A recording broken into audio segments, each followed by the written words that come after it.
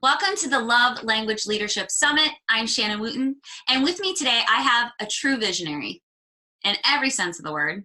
Wow. Someone that has founded and or co-founded at least 5 businesses in their life, a consultant, advisor, and director for many other projects, you can Google afterwards, business strategist, entrepreneur, writer, and photographer, someone unafraid to challenge the status quo while allowing his own moral compass as an innovator, rule breaker, and someone who believes the answers lie in nature. And if you can't believe it, he also speaks 4 languages. Thank you for being here, Adriaan Zimmerman. Wow, that's quite the intro, Shannon. Thank you. Well, it's quite the life. It's all true, facts-based information. I am so honored that you're here and have decided to be here with us today. I have had the opportunity of speaking with Adriaan in the Soul in the Raw podcast that I co-host with Olivia Celine, and also utilizing his products from NED, my very own tincture oil bottle I have right here. I keep it with me at my desk. And he is just an all-around, I love his energy. You have this very easy breezy, like effortlessness to you about life. And he's accomplished things that will floor you, literally make you fall out of your chair. And his decision to be in right relationship with himself and integrity and follow, as I said, his own moral compass and challenge the status quo. I couldn't imagine not having him or not asking him to have him to be a part of this. So again, thank you so much for opening up your life and your schedule to all of us to be here. Well, thank you. And truly, I think you just set the bar very high. So I hope I can share some true insights and just kind of, share my story, and hopefully that's valuable. Thank you. I have no doubt. And we'll just jump into the first question with that. What made you say yes to wanting to contribute to this? That's a great question. So as we talked about on our podcast interview, it was this kind of step into myself that kind of kicked off this whole kind of awakening of sorts. And it took quite a while before I started sharing what I was experiencing. And it was when I shared a lot of these thoughts about, everywhere from burnout to kind of the way we live our lives, to the way we love, to the way we step into relationships. It was then that I all of a sudden realized how valuable it is to share, to speak, to voice, to kind of be quote unquote vulnerable. And so I think when you message me with just a different approach, I've been in so many interviews about business and entrepreneurship, and it was just this step in a different direction in which I truly feel is a beautiful subject and something that a lot of people think about and can benefit from hearing other people's stories and takes. Thank you for sharing that. And this is one of the reasons why it was personally important for me to have equal representation, right? Whatever you identify, insert here, male and female for conversational purposes. And because I have 2 brothers, bookends, older and younger. And growing up, I know that they won't mind me saying it. I love them dearly. They're very both emotionally intelligent men, and they're both very successful, right? And just in that soundbite that you gave there was so much permission and honesty. I mean, even before we hit record, it's interesting because you're like, I decided to share and I decided to be open and seeing the courage and being vulnerable and the power in being vulnerable for you, right? But still, he asked me before we hit record, hey, like, where are we? Is this all business? Where are we going with this? Like, it's the curiosity, right? The curiosity of self. And, I believe that we can have preconceived notions of people. And it was important to me to have a male representation in the summit because men love to Men have feelings, men Mhm. have emotions, and they are emotionally intelligent. And I perceived, you can correct me if I'm wrong or redirect me here, but I perceived the magnitude and the enormity of what you have accomplished in your life, and you deciding that what sounded like, at the top of your game being like, I'm going to switch this up and do my own thing. As I received it as you being incredibly vulnerable with yourself, because you had, just like none of us do, unless you're clairvoyant, we have no way of predicting the future. And being able to take risk after risk, right? Being a founder, a co-founder, a consultant, an advisor on in so many strategic capacities, and you being able to switch gears with yourself, I receive that as a person who is incredibly vulnerable to saying, I may not know the way, but I'm willing to jump in and figure it out. Well, yes, to a certain extent, and I wish it was so voluntary and so, um, like I wish I had the tools and self-awareness with which to take action on those feelings I was having. And that's what, I think some people can get to that point without burning out and crashing, which is really what happened to me. So it wasn't so much voluntary as it was this culmination of having these questions, having these kind of contradictions with kind of like what I want as like the product of what like expectations were and who I was in terms of like what is like inside really saying, you know? And I think there was such a long period of time, really from college through to the time when I was 32, when this whole like burnout happened, where I was going through the motions and I was seemingly content with, um, just kind of making my life about work, women, and partying. And that was kind of like my little cycle. And, um, and I think there was like, some, there's certainly like that dopamine drip, that kind of like validation, that kind of contentment that could come from that.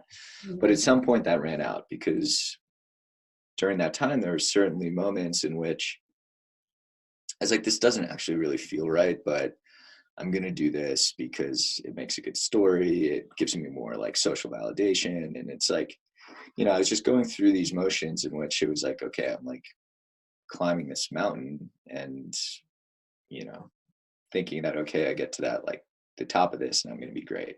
And all of these like questions and all of those moments of discontent would just evaporate. Mhm. And when I seemingly, I wasn't necessarily like, retired and, I didn't check all the boxes, but I'd gotten to a point in my life where I was like, okay, this is where I thought I would be happy. I'm living the life I thought I wanted. Mhm. And meanwhile, I'm miserable. And I'm like, I feel very stuck and I feel like I'm in these toxic cycles and I'm having a really difficult time making any sort of meaningful relationships in my life. And that went everywhere from romantic relationships to business relationships to friendships. It was all a mile wide and an inch deep. And so I guess to close out that point, it wasn't so much voluntary for me. It was hitting to this point where I literally physically and emotionally broke. I started having panic attacks and I broke out in shingles and I was no longer able to function in the same hamster wheel in which I had been. Mhm. And looking at it now, like, yes, that was like the best thing that ever could have happened to me because it forced me to step away, and it forced me to look inwards, which is one of the hardest things we can do is kind of detach from, this kind of identity and set of expectations that we feel people have on us and actually just like send that little life raft off into the ocean and just swim for yourself. Mhm. And yeah, it was that experience that unlocked a lot of this. Because if we would have chatted 5 years ago, I don't think the same conversation could happen. And you know, the very flattering things you said about, you know, kind of being open, and, you know, that wasn't my reality at that point. Mm-hmm. And it was really that life experience that opened all of that up and has enabled me to really get altitude on my life and understand what, you know, where does work fit in, and where does family fit in, where does romantic relationship fit in, and friendship, and all these things that, you know, are part of everybody's lives. And yeah, getting that altitude is what kind of unlocked a lot of that awareness, understanding like what things were feeding these like toxic cycles, and then also like begging that question of like, what am I here for? That existential question, and what it is you want in life. And, you know, I think you ask anybody in the world like what they want, their answer is probably going to be like, oh, I just want to be happy. Mm-hmm. And or some form of it, something that is going to make me happy is what I want. But when you really break that down, like, and really unpack what happiness is like, no matter which way you get there, it's like all roads lead to Rome, as they say. It's like you get to love. And like, it's that idea that I want to give love and I want to be loved. And that is like happiness. And that is, you know, like what I want in life is freedom. Mm-hmm. And it's like, why do I want freedom? It's because I want to have the time and space to be in meaningful relationships. And that's covers friendships, family, you know, romantic partnerships, love, children someday, maybe. So yeah, it was, I get now just remembering how we got here. It's just, yeah, it was not so voluntary. It was really just a natural unfolding and learning. And yeah. And I thank you for sharing all that, because, you know, I feel like you're being a little modest, and I respect that in your conversation, because the truth of the matter is you could have stayed. mm-hmm. Right? You could have stayed on a hamster wheel. You could have continued as you put it was such a great word, the expectation of you, right? This is not only my vision of me, but this is everybody who's a mile wide and an inch deep's perspective of me too. This is who they know me to be. And I'm going to fucking rock the ship. And if it sinks, it sinks, because I'm getting off here. Yeah. Right. And what I hear you saying, and that is, you know, you took ownership of the fact that you didn't feel free. In fact, you took ownership of the fact that you felt like there was more expectation on you than you were actually comfortable with. Because in freedom, there really isn't expectation, right? There just is what's so, and that's what we're choosing. And for you, your freedom actually was what you were choosing, which was a prison. Right? Yeah. And I admire you and I honor you for sharing that, because most of us do choose the devil that we know.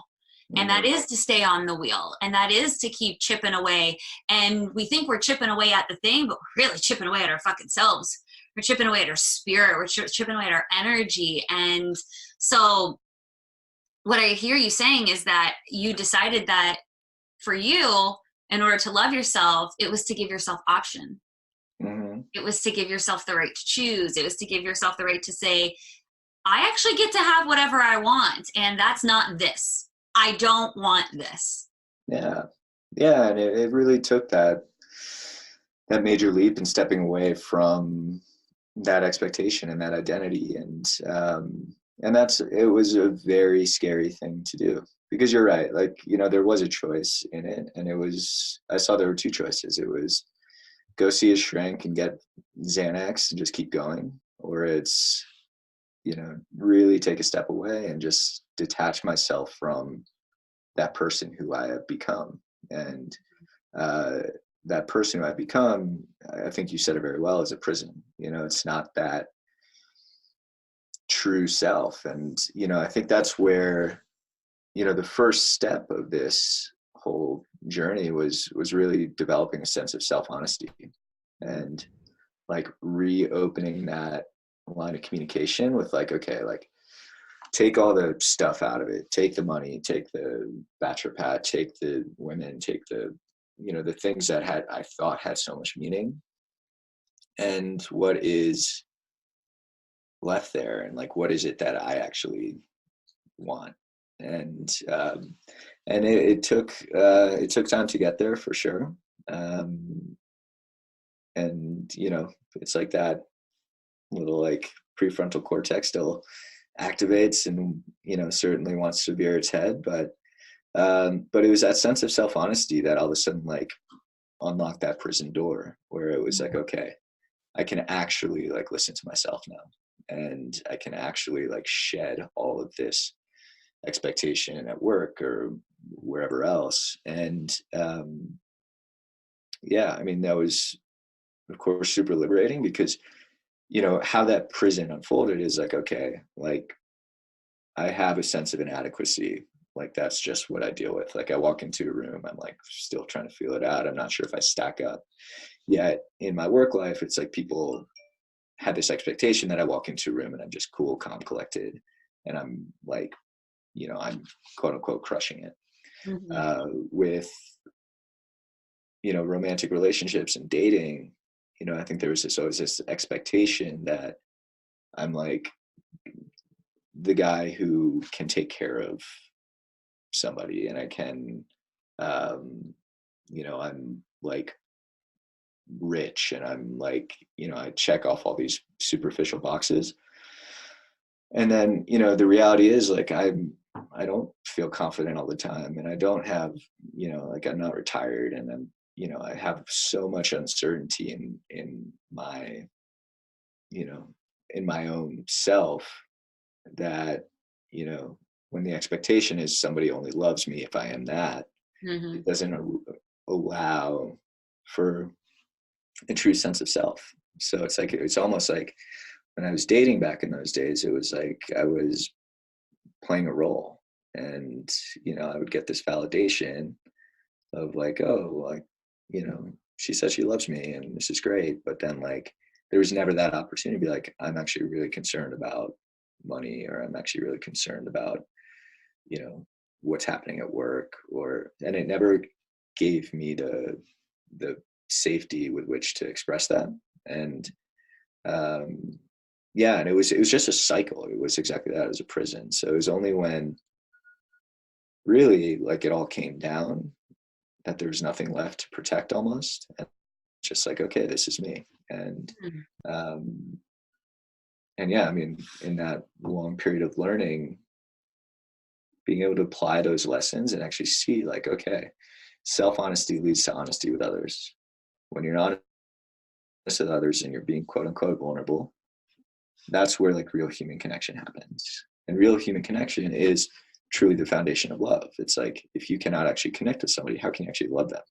So when you can sit there and actually bare your soul and express every little thing that is there in front of you and causing you pain or elation, then that's where love happens. You said something so mind-blowing and insightful there in the middle of all of that greatness, which was, if and when you gave yourself the opportunity, which you did, to look at, okay, so if I take away the bachelor pad and the women and the, schmoozing and these inch deep relationships, the surface level way of living, the money, the perception of me, if I take all of that away, what's left is just me. And I think in relationship with love, sometimes we can become conditioned to, like you said as well, starting to see ourselves through the lens of how other people see us. Oh, but if I take these away, then I lose all of this. And if I lose connection, then will I even like me? Yeah.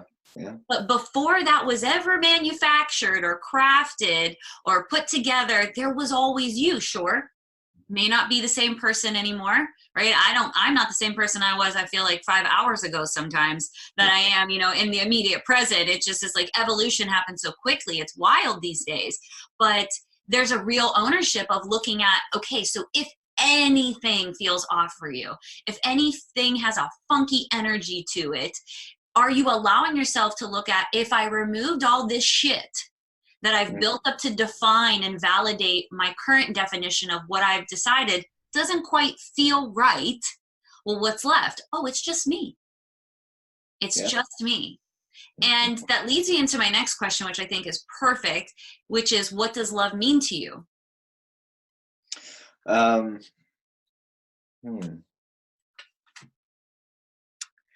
So love means, I mean, it's less of a meaning, it's more of a feeling.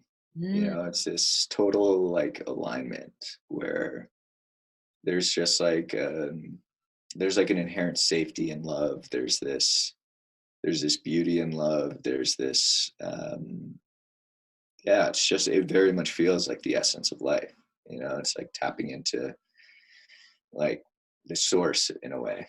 And, you know, of course it takes so many forms in our lives. It's like, you can love humans, you can love animals, you can love, activities, passions, but it's all about a feeling. It's like what makes you tick and what makes you feel alive. And it's like learning what true love is, you know, it's not, I don't think, intellectualizing it, or, you know, putting a definition on it. It's just like that feeling, and it's a feeling of alignment.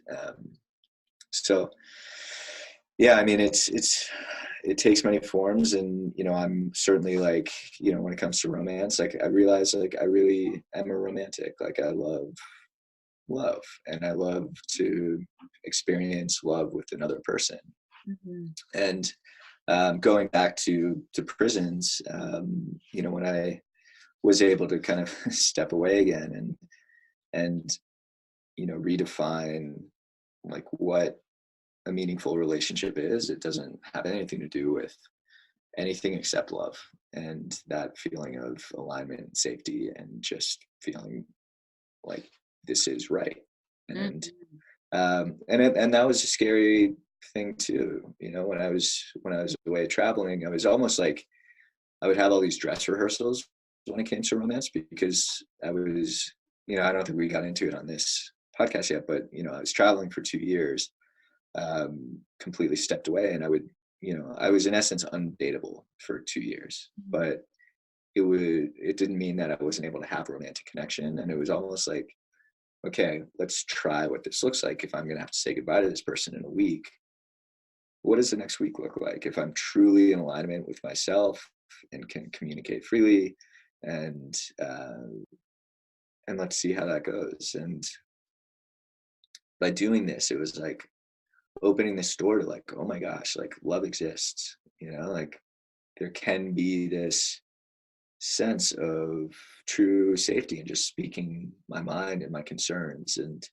my hopes and dreams, and, you know, being vulnerable to like those super embarrassing parts of our lives that we all kind of tuck away.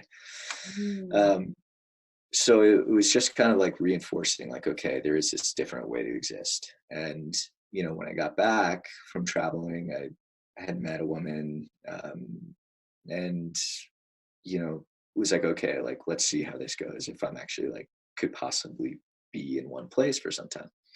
And it was super scary. And it was like, I just like stepped off this cliff of like no protection, no trying to put up some sort of facade. Let's just see how this goes. And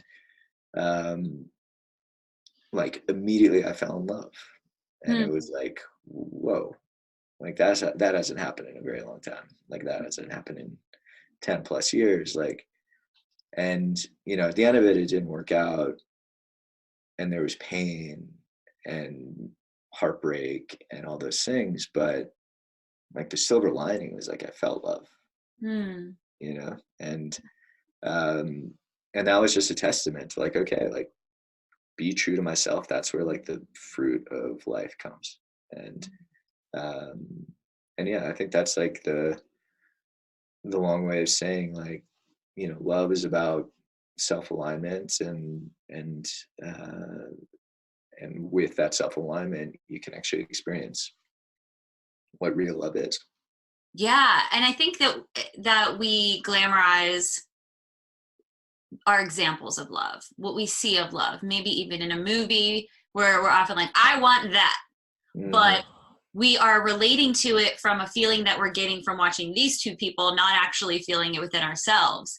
And the thing that I love about what you're saying is kind of like how I mentally envision you in my head is like very exploratory and curious and adventurous. And it has a lot of energy in the sound behind it of like, once I peeled back the layers of everything that I was told to be, or everything that I convinced myself I needed to be deserving of everything, right? Success, attention, validation, love, relationship, connection. Once I peel back the layers of there's nothing I need to fucking be, because love is whatever I want it to be, then it's like, it sounds like your yellow brick road kind of opened up.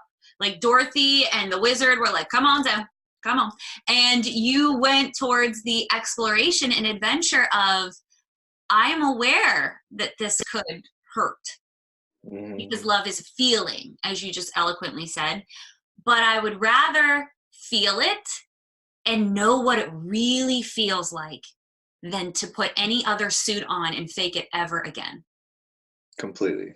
And it's just like, it's like, now that I've gone there, I just can't, like, I won't, and I can't go back, you know. And like, and you know, I think that's what happens as we kind of go through life and mature. And you know, I can very much like point to the moment in college with my first love where I was heartbroken that I closed, and then I just like, turn into this, okay, this is what I'm gonna be, because that hurts less. And it's like, you know, it's and then it just plays in this whole narrative of like, don't be vulnerable, just like be a man, be successful, you know, get validation through material things and material relationships.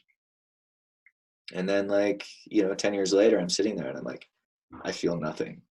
And it's like, how is this possible? Like, I actually feel nothing. Like, you know, women would come in and out of my life and it was just like a revolving door, and I felt nothing, and I wanted to.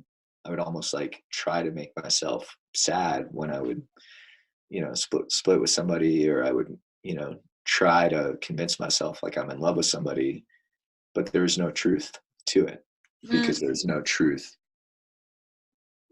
with myself. Yeah, it's like you were chasing a feeling that you were unfamiliar with, so you could never get it because you were never certain about the truth of that feeling. Wow. That is amazing. And for those that are watching or listening to this in whatever way or format you're consuming this happens. I mean, if you're freaking out being like, oh shit, like I'm in that place and I will never be able to get out of it. We're having this conversation because we've lived through it, and this does happen.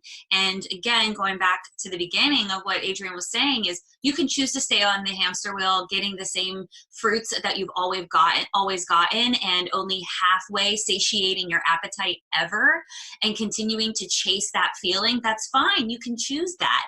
We understand, we've been there, but the opportunity is to go out and explore and allow yourself to discover, yeah, it looks so great in that movie and I really want that, or I can see it between my grandparents and that's what I want. But they had to go and risk the chance of being hurt and being disappointed and having another door slammed in their face until they actually got, you know, the sweet, savory flavor that they always knew was possible. And that's what I hear you saying too, and leads me into my next question. But I hear you saying that, you know, just because you were chasing the feeling and it wasn't quite actualized, it didn't reduce the craving. You still knew it was there. You still knew that it could be as savory as you imagined. And for those that are watching and listening to this, you're not wrong. if you have the feeling of like, I think it can be like this, it's because your body is saying, this is what I'm after. And Adriaan is inviting you to go down your own yellow brick road and find your path to it. And again, like I said, it leads me into my next question, which is, what does love mean to you then about other people? What does it mean to me in terms of other people? Like in terms However you interpret that question is for you to answer. Okay. Well, I would say, you know, with other people and all people, like love is elusive. You know, it can, it, you know, I think there, no matter how we cut it, like there is some sort of expectation when it comes to love. You know, and this is taking more the line of romantic love, but there is this expectation that, okay, when I find love, that's it. It's binary. It's like it wasn't there and it is now. And once it's there, done, get married, we'll just be happily ever after. If only it were that easy, right? Yeah, exactly. So, I mean, that's part of the awareness, is knowing that love is hard, and maintaining love is very hard. And you know, it's kind of like this, it can be this like magic gum where it's like you put it in your mouth and all of a sudden it bursts with flavor and you're like, holy shit. And then after a little while, it's just like a burst of flavor. And No shade Bubblicious, but isn't that the truth? Bubblicious, and after about 5 minutes, it feels like you're chewing on a rock or something. Exactly. But why it's magic is because, you know, all of a sudden that flavor can come back, you know, but it never comes just by coming. It's really, it takes so much work and so much effort and so much communication and so much soul bearing. And it's like, it's so worth it. But my God, is it hard, you know? And that's kind of the thing that I think we all ought to kind of come to terms with. This, like, look, like love is a beautiful thing. It is the essence of life, but it takes work and it doesn't just come. Yeah. And, yeah. So, you know, it's something that I think is so ingrained in our heads. We've seen it in all sorts of romantic movies and every fairy tale, and it's just, and that's just not truth. So I love you for saying this about love, because love is hard. I'm married. I've been with my husband for 13, give or take a few years, and I'm not the same I'm not the same girl. I am not 21 years old. I am not the same girl that he married, and I'm different, and I've gone through things, and he's different, and he's gone through things, and it's a choice. It's a commitment to be like, you know, you are not my favorite person today, and I don't know why you cannot, you know, take your underwear out of your jeans before you throw them in the laundry. So I have to take them out to put them in the damn laundry for you. But I will keep reminding you, and it drives me up a fucking wall. And we think that it's supposed to be, and they lived happily ever after. Cinderella, you're great, but you're fucking our shit up, because that love it's wonderful. It's all encompassing. I believe it's meant to be shared, but there is this misnomer that it's supposed to be like happily ever after. It's all supposed to be done now. We're supposed to be great together, no problems, no fights, no disagreements, no mortgages or bills or, you know, family members that pass on. And it's just not the truth.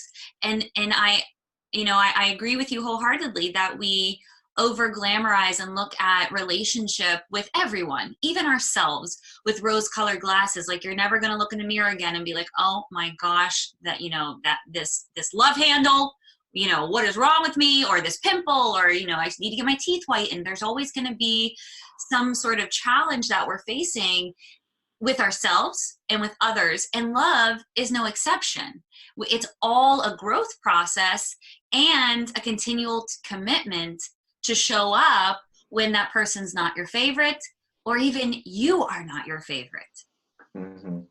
Completely. And I think the one word that I just really held on to from that is choice. Mhm. Um, love is a choice. It is that choice of bearing your soul and being vulnerable. And it's that choice that really unlocks the possibility of love.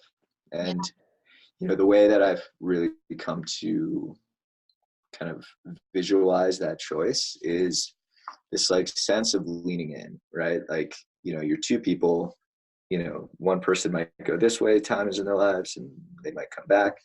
But it's like, okay, at those points where all of a sudden it's really hard, like, what are you going to do? You can lean out, Mhm. you can go have an affair, you can cheat, you can, just take the easy way out, emotionally check out, or you can be like, okay, we're at this like inflection point. Do I lean in? Yes, great. That's the only part you can control, right? You Yeah. can't control the other side. So it's like you can't attach yourself to this side. Mhm. And this is going to sound really weird for people on the podcast who can't see my fingers right now. But it's when you, Goalpost right now. yeah, Vision it. yeah, goalpost. So when you hit those points, if you choose love, you lean in, Mhm. and if your partner chooses love, you lean in, and then all of a sudden you're connected again. Yeah. And that's like where, with my relationship now with Brittany, you Shout know, out. Hey Brittany, what's up? is that Brittany? Yeah, that's like where we constantly go back to is like lean in. And Yeah. we both, go through a lot of difficult moments, and it's that leaning in that all of a sudden we're like, okay, like we're back. And that's where that flavor comes back. And Mhm. yeah, so yeah, it's like we're so plagued by that expectation that it's just easy. And it's like everybody ought to know that, like, I've never encountered a relationship that's easy. Mhm. I don't think anybody who says it's easy is like repressed and like just I mean truly. It's like, it was really funny. I saw this meme the other day that was like, is based off that okay boomer thing that happened in New Uh-huh. Zealand. I don't know. But it was talking about like, this new dating app for baby boomers called OK Boomer, where you marry the first person you held hands with in high school and never go to therapy. That's like the gist of it. And it's like, this idea that, and I'm not pinning this totally on baby boomers, but it is a trend in which we're like,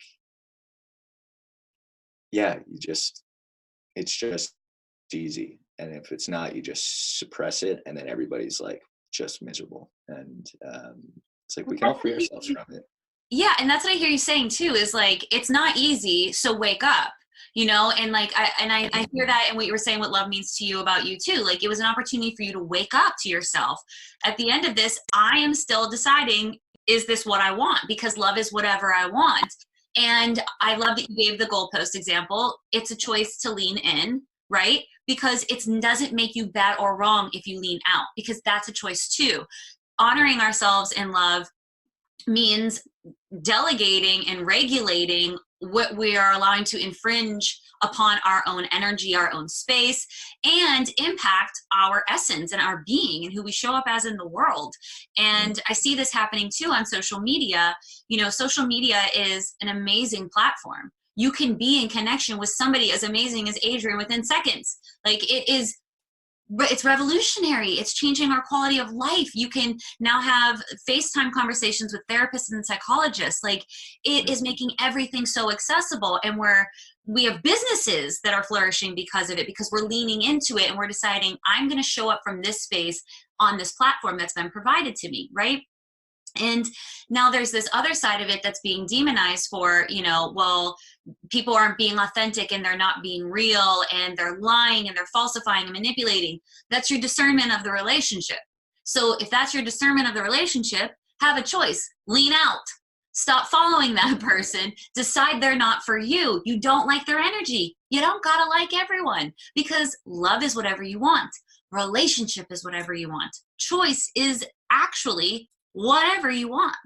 And I admire you and honor you for saying that it's not easy, because that's a thing that we have to regulate as well, right? Not just social media and who's infiltrating your energy, because you're responsible for that. But who's in direct circumference with you? Who's in your energy? If it's someone that you think sucks, that you once loved, you then have the choice. Lean out, because effectively you're choosing to be there. And it doesn't make you a shitty person if you decide to leave, right? It's your choice to lean out. It's being honest, you know, and that's like what everybody deserves is, you know, like, I think first self-honesty and then honesty with others. And, you know, how terrible is that when you see people who have been in relationships for 50 years and then at the back end of it, the other one's like, I've never loved you. Yeah. Like, what is the last 50 years? Like, what is that life? And what a disservice to both of you. Yeah. And, you know, it's like, you know, I really, it's one of those things that, you know, everybody goes through their own journey and you can't pass judgment on anybody else. But then there's like those moments, like I was back home where I grew up a couple weeks ago and spending time with some friends, a married couple, and they're very forthrightly saying like they prefer the other when they're each on like medication. Oh. Like anxiety and depression meds. And like, okay, so, but like, what is that actually doing? Like, is that actually both of you? And, you know, it was just this moment where I was like, oh my gosh, like, if that's the expectation that, okay, like we're miserable together or we're unhappy together, or we're not doing the work and we're not seeing love as hard. So we're just going to take pills that somehow make us more cohesive. Vulnerable. Truly. And not vulnerable. It just like dulls out the mind. And I don't even remember what medication they're both on, but they're both like, and you know, there's no judgment there. There's just this like, I was just like kind of trying to express like, okay, but like, what is it that you actually love about each other? And like, where can you find those points of choosing to just like be together? And like, if it's just you don't love each other, then like, why are you here? Yeah. Oh gosh, so good. Soundbite. If you don't love each other, then why are you here? And it goes back to what you said previously as well, which is, you know, if you're not dead, there's always a chance. If you're not dead, and if you're watching this or listening to this, you're not, there's always an opportunity to go exploring, right? And it doesn't mean that you need to necessarily decide in that moment to leave the relationship or to lean back then, but you can decide within yourself, because again, love is whatever you want. And you can decide for yourself, well, how do I actually want to feel in relationship? Not necessarily just to them, to me. What do I think love is? What does it feel like for me? And just be exploratory, take the adventure, go on a trip with yourself, have some time with yourself, instead of looking to the other person, situation, job, insert thing here, to define for you what you think it's supposed to be. Actually go and explore, here's what I want. This is what I'm looking for from love, from relationship, from all things in life. And that actually leads to my next question, which is, how does love influence what you do as a business owner? Well, at this point, it's just inherently in everything I do. You know, there's a constant check-in with myself. Like, does this feel right? And, you know, now as a business owner compared to 5 and 10 years ago, it's like the gut check is not, is this going to make money? It's like, does this feel right? Mm-hmm. And it's completely changed the game for the way I operate as a business owner and the way I operate as a human. It's like, you know, all of a sudden when those values are built into the foundation of the business of like, okay, we're going to be honest with ourselves, with others, do the right thing, like stay in alignment with ourselves. Like all of a sudden, you know, it removes the choice out of like those multiple crossroads where it's like, oh, I could do this cheaper, faster, or I could do this the right way.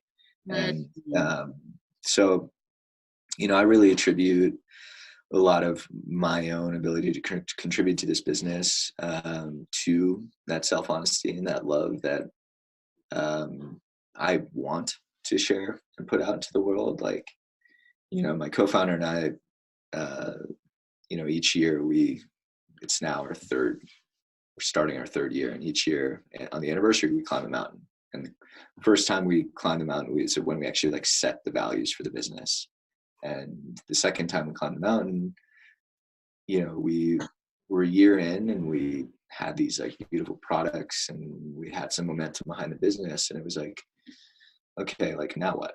And it was just almost like realization that like these products, this brand, these messages is our like love message to the world.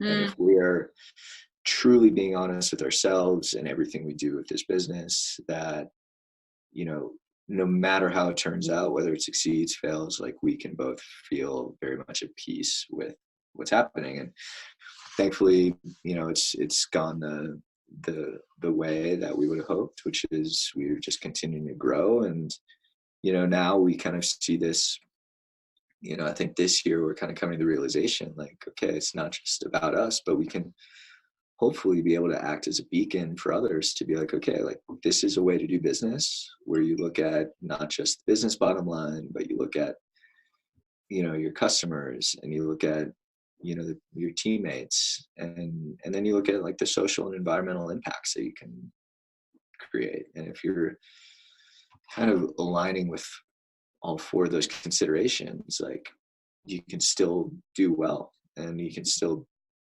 be a whole human, and not living with these gaping voids and sitting on a pile of money. Yeah. And I'm a testament of the quality of your products. I love your products. As I showed at the beginning, I have my very own tincture of the CBD, or excuse me, the hemp oil rather. And I hear within what you're saying there as well, a very, I think, challenging, since we're talking about love being a challenge, right? And it not being something that's always easy, and something that we are constantly asking ourselves, like, do I want to lean in here? Do I want to lean out here? How much responsibility do I want to take in this situation? And something that I gut check myself with all the time, not just in my business, even though that was the context of what you're talking about, also just in personal relationship and with myself, is asking myself the question of, is this something that I want? So in a business capacity, would I buy this? In a business capacity, would this call me in? In a business capacity, do I understand what the fuck I'm saying here, so somebody else can understand what the fuck I'm saying here?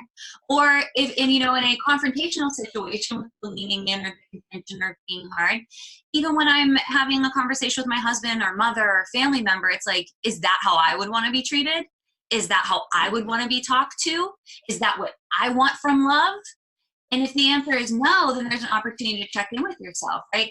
Not just about influence or about business, but also in how does it influence you are in all relationships. And I think that speaks to the integrity of you.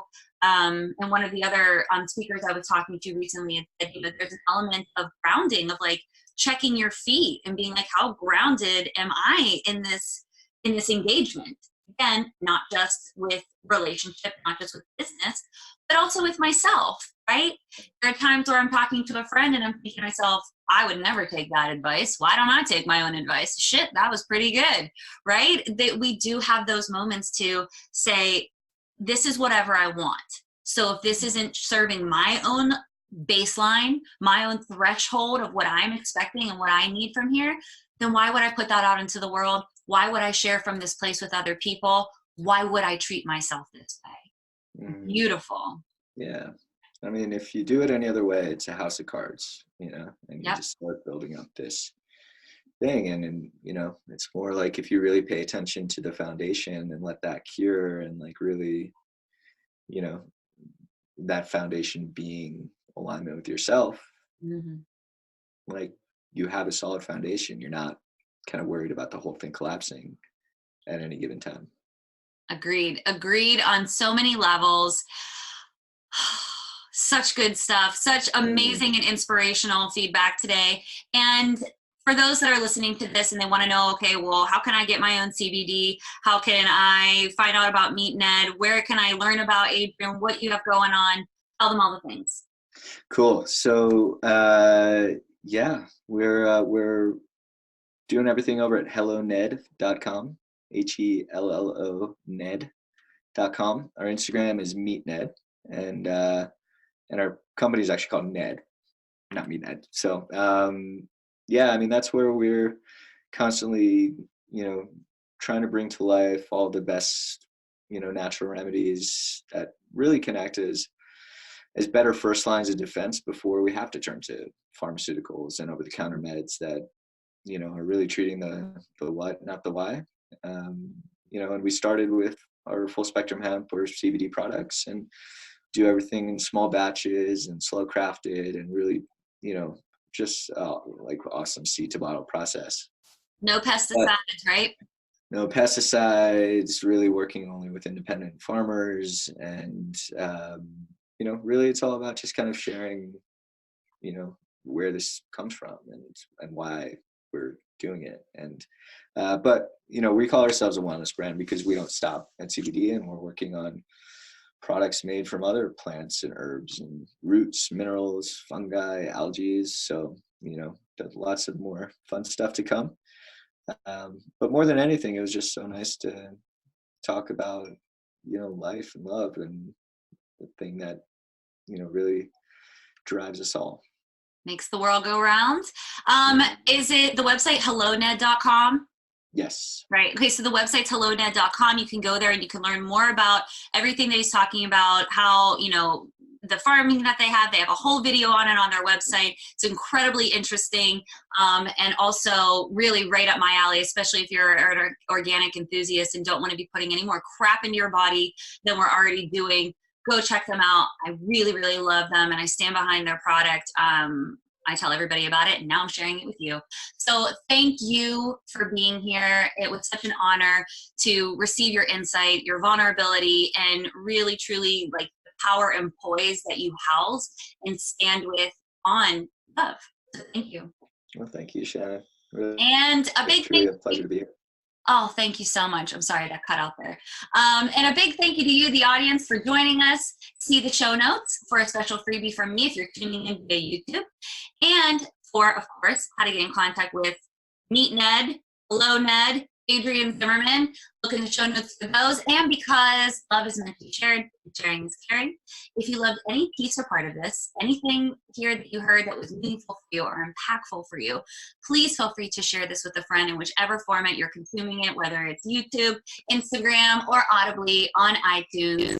Please feel free to share this or use the links that are provided and send us your questions. We'll be happy to address those for you. Otherwise, thank you for stopping by. Again, thank you, Adriaan, again for being here. Thank you, Shannon. And to all of you, please be good to yourself for fuck's sake. We'll talk to you soon.